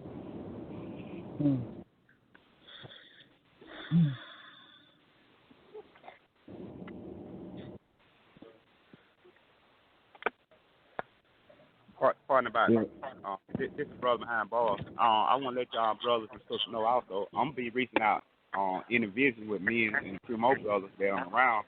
Like I say, I know that's not really a secure land, but it's just like, the sister, she's sincere, she's trying to help. But like I say, I can just use an example. I don't send some paperwork out to one of my family members. They were trying to help me on grievances and what was going on inside the crib. What she received? A blank envelope. What I wrote inside, never reached her. So I understand what the sister's saying. We got to have an avenue that when we do write these grievances, it got to reach the people that need to be reached. Because I'm telling you, Mississippi is not another state that rock like Mississippi. They know how to cover their tracks. They do it. They don't play fair. Let's put it like this: the enemy don't play fair here, and I respect it. You know what I'm saying? I know my oppressor. Well, they're like me trying to give an equal playing field to someone I'm in war with. You know what I'm saying? They're not. It's not logical. I'm not gonna try to give you no equal playing field. They're not gonna do it. So we got to fight the battle. But y'all got to start on the outside and let us know what we need to do on the inside. Whatever y'all say we need to do on the inside, trust me, it's gonna get did. And I'm talking about unified. It's gonna get did. Well, for one, we really need, pardon the body, we really need,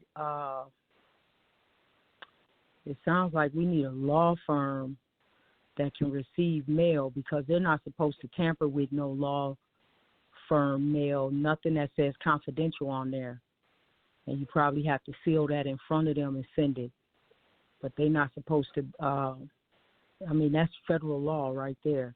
But if they're not honoring any laws and policies that they got within that institution, they're not going to abide to anything. So we got to really, I need something. We need some concrete proof on them.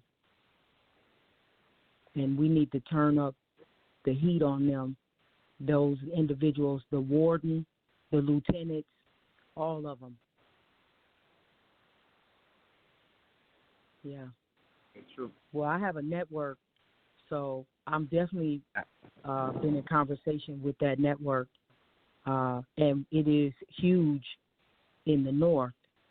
And so we are definitely looking at doing some follow-up. I am personally, because this is they got to change the guard. They need to change the whole staff. They need to shut the whole stuff down. That's true.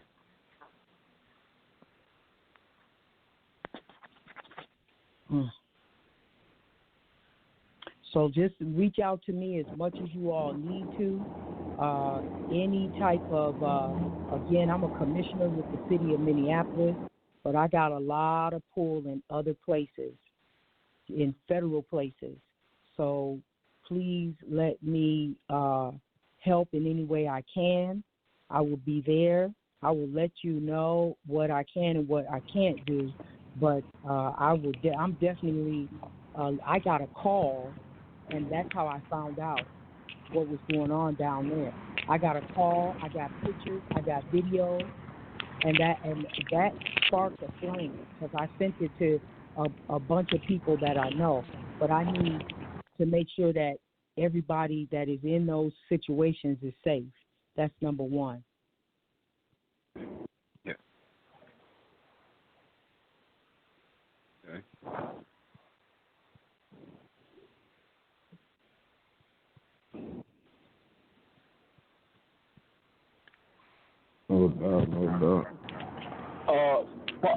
No doubt. I'm back to sis. Like I was saying, there is no one avenue that we have in place to be able to receive those type of things. But now, I've been to Parchment myself and done years there.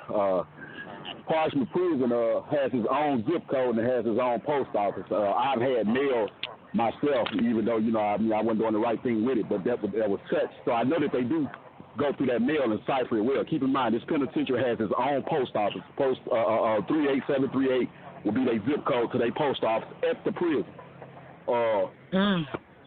So as far as the mail itself, if they're playing those type of situations where they're tampering with mail and removing items from that facility, that's going to be a hard situation, because keep in mind they have their own post office.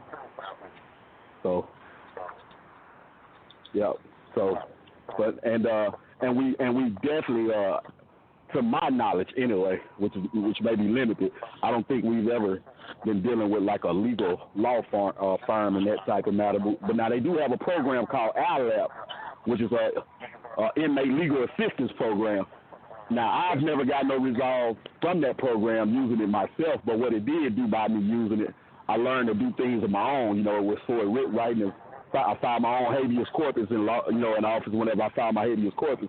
So it was constructive for me in that matter that I got to learn stuff that I wasn't aware of, but I don't even know what role they would play in a situation like this. Them brothers are still there, probably more equipped to speak on that than myself. Yeah, this is brother behind bars. What you said, you hit on the head, bro. Like, we, like you said, the ILAP, we got to have, like I said, they're gonna go through that mail, bro. I don't care, ain't no sugarcoating in that. But the way to stop it, it got to go through a lawyer. They don't mess with the lawyer now. The paper I sent it to my family number. They were trying to help me on situations in prison. When I tried to send it to her, only thing she received was a blank envelope. But when dealing with the lawyer, they got it can be still in front of them. They're not gonna tamper with it, but it got to go to the legal service, like you said, ILAP. It got to go to a lawyer or a law firm, some dealing with legal stuff. They're not gonna touch it. That when the federal government can get behind. Okay, I have a personal account that I draw with, bro. Because we started this demonstration for the trucking. We started Finball Rolling, so I have a tax ID number for Finball Rolling. I also can get you in tune with a public account that draws the paperwork up for me. Would that be able to help or suffice in place of a lawyer? Yeah, this lawyer Anthony, right? No, sir. This is my AC. My AC. What's your contact, bro? You don't mind giving your contact out? Oh man, the whole world got my number. Okay, I got it. Yeah. The whole world got my number. Yeah. Okay, bro, right here with me, got it. Mm-hmm. Yeah. So if that can if I can go through that pipeline, then I can get you Larry Harbor information, which is the public account out of Memphis, Tennessee. That's who I drive up my paperwork for Finball Rolling. So if that can help, I can definitely start getting mail through Finball Rolling through that avenue, and maybe that can be a way of doing that. Maybe. Brother, now right, we better go back to the old school, like when you did time, these phones, they just alert. You know what I'm saying? It's a fluff. You know what I'm saying? We can't depend on these phones, they ain't guaranteed. So we're gonna start back using the pen and paper, bro. Right. You know what I'm saying? We ain't gonna let them handicap, but we can use the pen and paper. We black men, we're gonna revolve with anything. Right. Or we can create an EIN number that says it's a law firm, and use that and get a mailing and get a P.O. box and use that. Yep. That's what you do. Go to IRS.gov. It's free. It can be did. It can be did just above me. I got to go to my lawyer. My lawyer gives you all. He pays, really pays. Right. So I'm gonna have to get something out of him. I'm still incarcerated. It mean like give me out any mean necessary. That's why I hire him for free. Right. Also, man, with the Department of Corrections, I'm talking about, it hurts us when people are in a position to actually be a leader, and they fail to be a leader when it's time. You know, a lot of people want to be a leader when the cameras are on. You know, you got to be a leader when the cameras are off. You know, we can't just have these peace talks and this dialogue when things are wrong. We got to have it when things are right. You know, to prevent things from going wrong.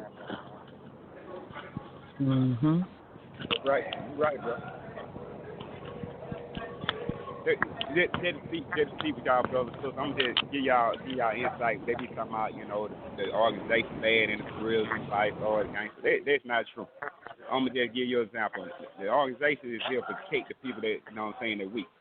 You know what I'm saying? And me being affiliated, I'm vice or I stopped a young man for getting killed when I was getting out of work one day. And they had me in the cell. They fit, you know, put the knife on me, all that. I said, come on, over a fist fight? Come on, now. You when a leader, you got to stop up. You got to step in and stop stuff like that, bro. That guy, he out now. He in the world now. If you want to take a person's life over any little thing, that's not cool. You know what I'm saying? That's not cool. No, you know, they these people in the organization, y'all got to step up and be leaders, man. If something wrong, it don't matter, you know, you vice or whatever that person be, you just step up and correct. No matter what it is, just go with right. Just say you down with right. That's it. Right. And to reiterate what the brother just said, we have to be conscious of self. And our little decisions can make something so big blow up. And it was super little. So we have to be conscious of our actions. Maybe some of us need to meditate. So that way we won't react so fast. We have to think before we react. Because sometimes the way some of us act, they put all of us in that same likeness. So truly, I am you, you are me.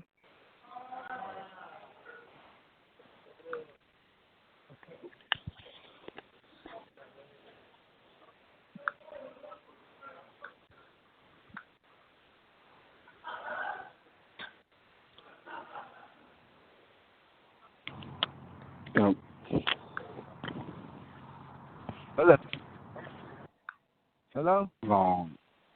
We still here. You brothers have to realize that them brothers dealing with a lot of racism down there, period. Hello? Yeah, we here, bro. We hear you. They're dealing with a lot of racism down there, period. They're in the South, Mississippi. The brothers in Illinois, the brothers in Minnesota, the brothers in Ohio, the southern parts of them states might be racist. You know what I'm saying? I heard the brother Sharif talk. I've been knowing him since 1990, the early 90s. You know, and them brothers down in that prison, what I heard, they stacked on top of each other. You know what I'm saying? It's like it's overcrowded and things of that nature. And that's not how human beings supposed to live. You got to think about it. They still got them working on a chain gang down there. Like, you know what I'm saying? They modern day slavery, you know. And for you brothers, you know what I'm saying, that's been on this radio station, this spooky brother, you know what I'm saying? My peoples are from down there. I got cousins in them that's down there in that prison that's telling my father and them how they living down there. You know what I'm saying? And that's not how they already got them locked up. How you gonna pile some people on top of each other? You know, it's just the way they make money for every head coming the door.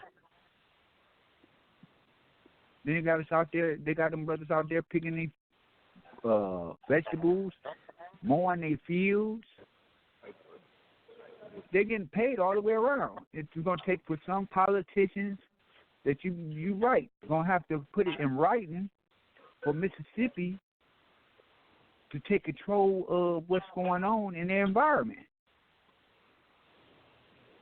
Mississippi is like one of the boiling parts of racism. They still racist.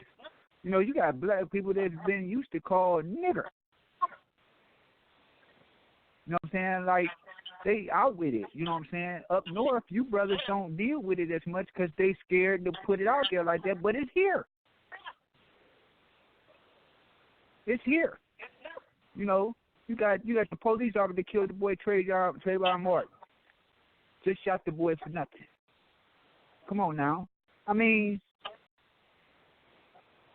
what's the problem? They piling them brothers up on top of each other. They're gonna start taking the phones now. They're gonna take the phones. They're gonna put them things up there that's gonna block phone receptions in the prison. So you brothers got to think about it just like this. How is it that them brothers can reach the outside world besides on a visit? Because everybody, all of them brothers ain't getting no business. You got brothers down there doing life. That's their home. That's their home. And I've been working with Sharif for a very long time, since 1992. Now, I've been knowing Sharif ever since I was a young boy. You know what I'm saying? Sharif is good, very good brother. And we've been trying to do this about 2 years now. I got him in contact with the brothers down there in the penitentiary. And these brothers calling themselves fighting each other. First of all, the growth of development and the Vice Lord, they were supposed to be built for the community, because the white man was trying to oppress the black people. You know what I'm saying? And these got these, you know, they join other ethnic groups, join each organization. You know what I'm saying?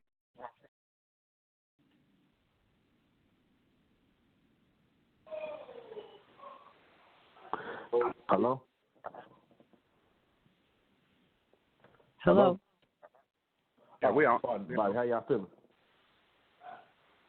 Good, bro. Okay, yeah, I was just calling back real quick. I just want to the behind the wall. He had asked a question and says, is there anything that they can do? Well, first of all, I'm gonna put my number out there, 314-393-8887. I don't have a lot of resources as far as knowing people, but what I can, you know, what's mine is yours is mine. You know, I'm you, you are me. So what I can do, I will try to do. And as far as spreading the word, getting awareness to the situation, and whatever we can do to change the conditions. But what I do want to say is this: we got to remember, what we're trying to do is it's not an event; it's a process. And they're going to fight back with everything they got, right?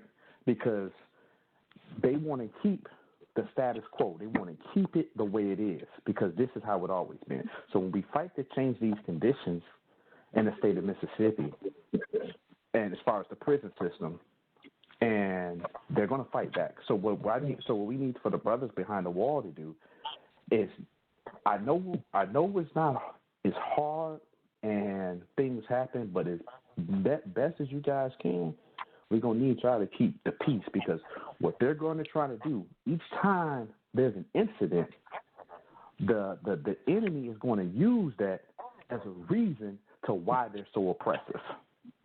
So, and then you got to watch. They're going to be agent provocateurs out there, guys that are going to come and try to stir shit up, because they're working with the enemy, right?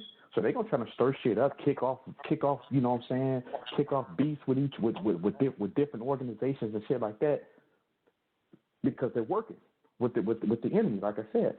And then they're gonna take that and say, oh, this is why we're the way we are, right? So we gotta be real careful, and as much as you guys can, man. You know what I'm saying? Any brothers that's on BS, you got to try to squash that shit, because, like I said, this is not an event. This is a process, bro. And they going to fight back with every resource they got, man. You think these motherfuckers are just going to roll over and allow change to their system? If y'all think these motherfuckers are just going to roll over and allow their system to be changed, the shit that they've been doing since 1700s, you got another thing coming, man. So we got to be conscious. We got to be conscious of all of this shit, man. We got to be conscious of all of it, man, because, you know, and so that's why I say, man, you know, but best as y'all can, trying to squash any beef all of that shit, you know what I'm saying, guys want to fight and put that shit, go live and beat motherfuckers up and put that shit on social media, you got to deaden all that shit because they're going to use it as a way to keep their foot on your neck, man. No doubt.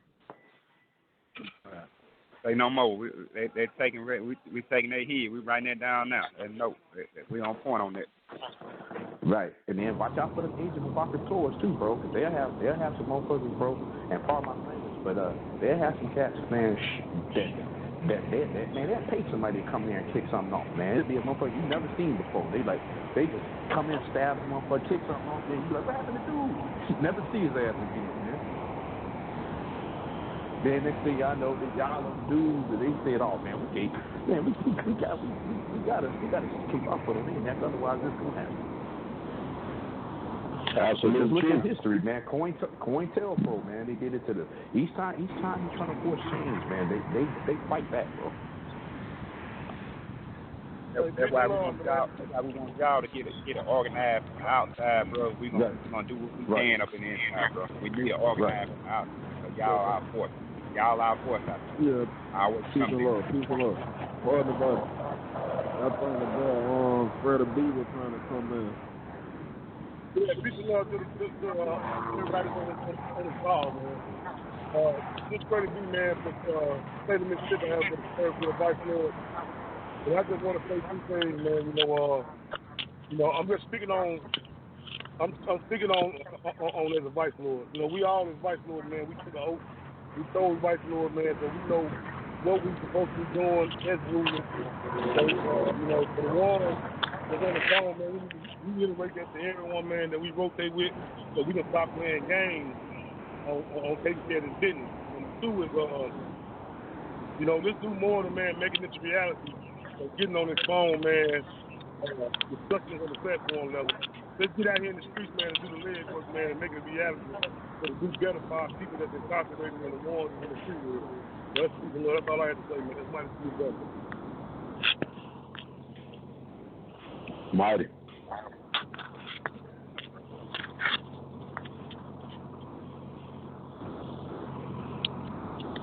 Yeah, we definitely can't keep coming to these social platforms, i.e. radio, television, phone, or whatever, and speaking on these things and then walking away. And tomorrow, get up with a different, mindset. It's definitely gonna take leg work. And on top of that, the brothers in there can only do so much. They're limited. Keep in mind they're under a structure that they got to adhere to every day, including getting in the bed at 11 o'clock tonight. We up. I'm talking about. We out here. So a lot of it is gonna be, incumbent upon us to make it happen. So, you just gotta get to it. It's real simple. We gotta get to it. Somebody, as far as peace talk, as far as the organization, we have that. We have that already, man. Because a lot of the guys that's the head of the organization, a lot of these guys are friends anyway. What I'm talking about. But these guys cannot continue to jump on these phones when we allow these vigilantes to run around, somebody putting them guys in bed with when they want to get to the body and say, hey, this is the move and this is the way we're going. But then you got a guy, somebody that might be on the phone with three other lines silent and going back with a whole nother demonstration, So we got to start taking care of our business all the way around the table. Because now it's a fight that didn't start today. You can believe that. It's been down here for the last 40+ years. Within the year, we've been in a decline. We've been in a bad decline. And I don't speak for the gangsters, but now I'm quite sure that them guys feel the same way. We need some relief, man, because it has to get better.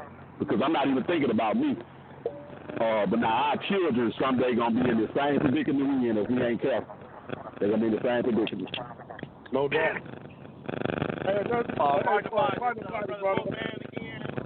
Another thing I wanted to say, man, was this here, man. In order for us, man, to be organized as people, man, and take the next step to doing what we need to do to overcome these situations, man, we first got to unify, man. No matter what hat a brother wear or what flag he wave, we should still have the same mind call, the same mind for the same cause. You dig what I'm saying? So that's the first thing, man. We got to get in and do the leg work once again, like I said. Prayer without work it's dead. It's a dead issue anyway. So we first got to unify. Which actually I'm demonstrating with this Gates Disciple brother down here in Sunflower County, which me and him went to a town hall meeting last Tuesday. So in the next couple of weeks, we're working on something, man, as far as communicating his side of the fence with our side of the fence, to make it peaceful, man, to move from there. To start standing on law and the principles that we believe in, and on these guys right in the middle of the street that's doing the wrong thing, when the ones in leadership is truly trying to do the right thing, and by the guys in the street is doing the wrong thing, the outside is looking at us as gangbangers, you know what I'm saying? So that's something we definitely been put in play down in the Sunflower County, man, region. And hopefully, man, we can be a torchlight to the rest of the world, or the rest of the state of Mississippi. So peace and love. Yeah, peace and love. Pardon about it. I heard a brother Boatman trying to come in. Yeah. This is my brother Boatman again. So I've been on this since the start, and I said a few words.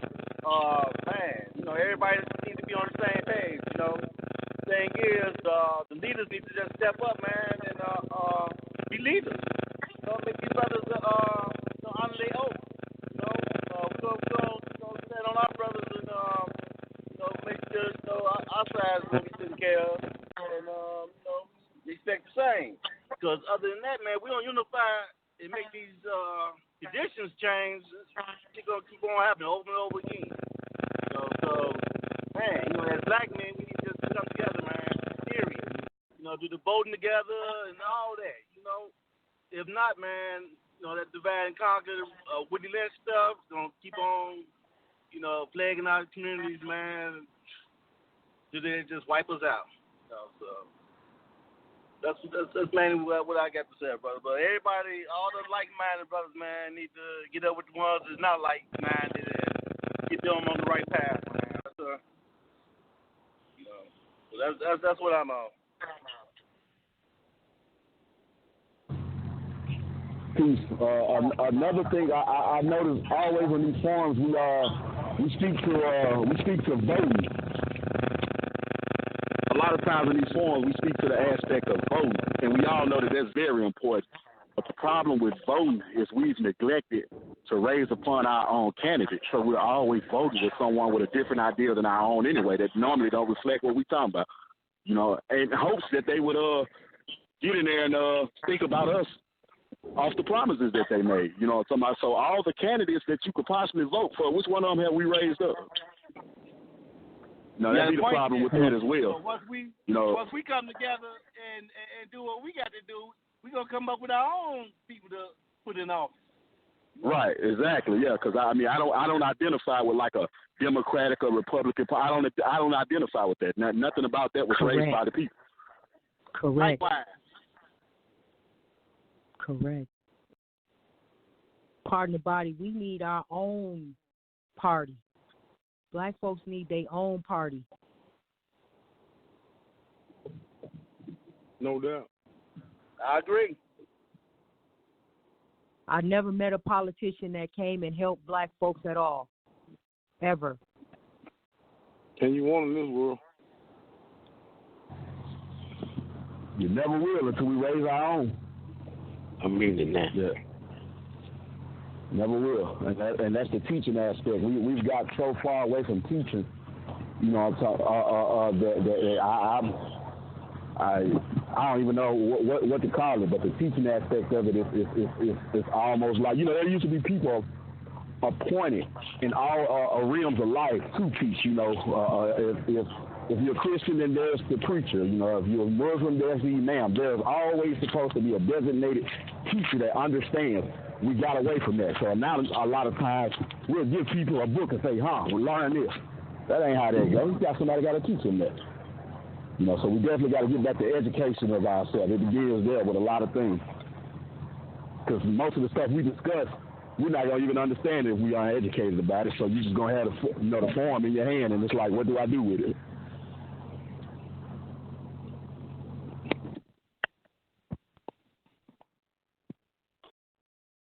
Absolutely. I mean, we've been ready to close the thing out in like 10 minutes, so we can go around for closing remarks and all that. We'd have been on that thing 2 hours, came across solution, broke down, use different barriers, a little bit across the line, man.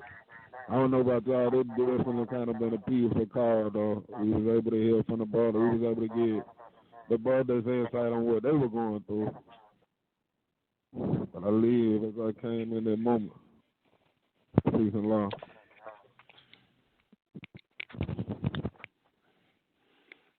Peace and love. This is Queen from Minnesota. I appreciate the call, and I appreciate all that participated, and thank you for this opportunity. Peace and love. Peace and love. You know, I heard somebody say that there's never been a politician that's done something for, I guess, black folks, black people.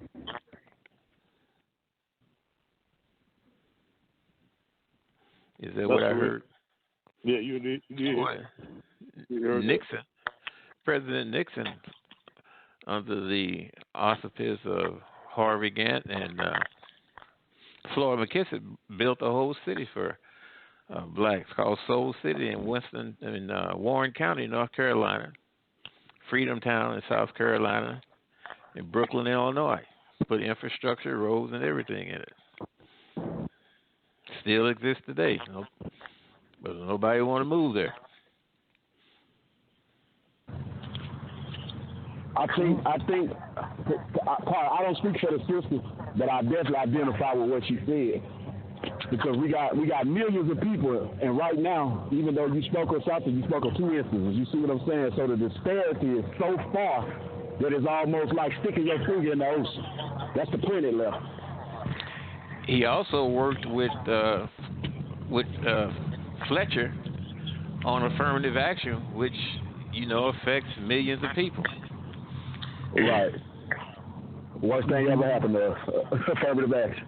Worst thing ever happened to us as a people. Worst thing ever happened to us as a people. No, really.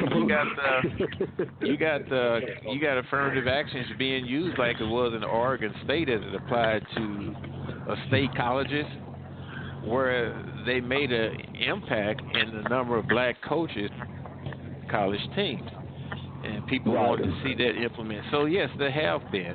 You just don't know about them. And the thing about these prisons, as it is in Mississippi, these pictures are taken by anti-immigrant groups, get rid of illegal immigrant groups, because Mississippi is a state that have prisons that detain illegals at the rate of over 4,500 per 100,000. Right. Mississippi population is 38% black. Those black people don't want to be overburdened with taxes going toward prisoners, whereas they have a problem with education, sanitation, water, jobs, and business, and so on, things like that. So prison is not supposed to be a haven, a vacation spot. And if those conditions exist, they should create work teams with those prisoners to scrape the paint off the wall, paint the wall, scrape the mold off the wall, paint the wall, stop stopping up the toilets and the latrine, and things of that nature that's being emphasized. I just wanted to add that. Thank you. Yeah, facts.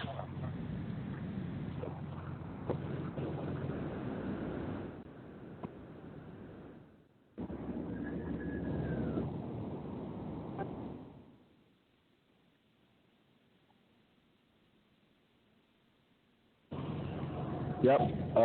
If everyone has spoke their piece, then I guess, Anthony, you can close the show for now.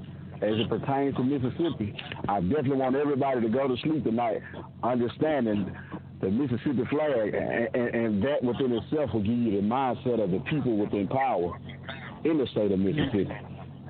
Yeah, we definitely still use the Confederate flag as our state flag. So the mindset of the people has never changed here. While the world around us has attempted to change to some form, Mississippi just found another way to keep its slaves. We call it prison. In the 80s, I think late 80s, they stopped the reform program, and became a prison, for profit situation. As a matter of fact, the ex-commissioner, Christopher Epps, he's in prison right now for basically selling inmates to the private corporation, the CCA, GEO, when they started to come around. I'm talking about, because now if prison is a state or a federal institution to reprimand mankind for laws that they've broken, then why is there a private corporation gaining billions of dollars yearly from that? Yeah, that's a whole business. So, that's why you get the disparity between the laws and the sentencing guidelines. I just seen the other day where a guy went into a jail in Madison County, which is really racist, on a misdemeanor, and they didn't check it, they didn't search him, so he got his cell phone back there. Not that he snuck it in, they just didn't get it. The next day, he gave the phone to the officer to charge it for him, as if he thought he was supposed to have it. They take that brother to trial, give him 12 years for a cell phone when he was in there on a misdemeanor. Now, while the sentencing guideline calls for 3 to 15 years for introducing contraband into a prison system, I don't think no man on earth with any type of sense of anything would think that 12 years for a cell phone because of your guard's negligence was a fair shake. But that's one isolated incident that happens all the time. But when you put them together, what you have is Mississippi Department of Correction. That's what we have.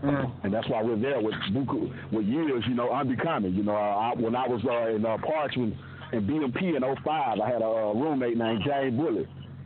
James Bullitt was a drug offender, but based on his prior history, he got caught with a dead rock that he himself wanted to smoke, and he's sitting there with 60 years right now for it. It's the situation we deal with.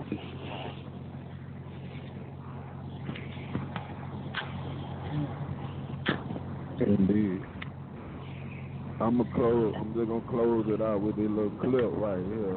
I have found online. The peace and love.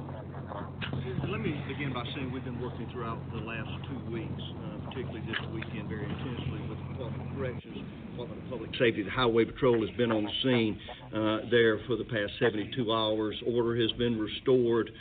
We have command and control of both Unit 29 and 32. The inmates' needs are being met. Fresh bottled water was brought in this morning. The food service is intensified to make sure that we get the meals necessary to them. We talked earlier today about any prescription medication that the inmates may need. So that we can bring that to them and make sure that we have a plan going forward, not only for their care, but also the protection of the guards that work there. The employees of the Department of Corrections are my first concerns there within that correctional facility. It has been a tragic week. Gangs not only take lives within correctional facilities, but on the streets of Jackson. We had intense work by all of our law enforcement officers throughout the last several years, concentrating on gangs in the capital city and throughout the state of Mississippi. They are a real threat. They continue to be a threat. Someone asked earlier who's responsible for what's happening at Parchman. The inmates. The inmates are the ones that take each other's lives. The inmates are the one that fashion weapons out of metal. The inmates are the one that do the damage to the very rooms that they are living in there. So I would say you look to the inmates. There is no one that's perpetrating them to commit crimes within inside those walls of the penitentiary. We are going to stop it. We have it under control as best we can. Welcome back to CBS This Morning. I'm Gail King with Anthony Mason and Tony DeCopel. Calls for prison reform are rising after a spike in violence in correctional facilities in Mississippi. Over the last 10 days, a total of 5 inmates were killed in different state prisons.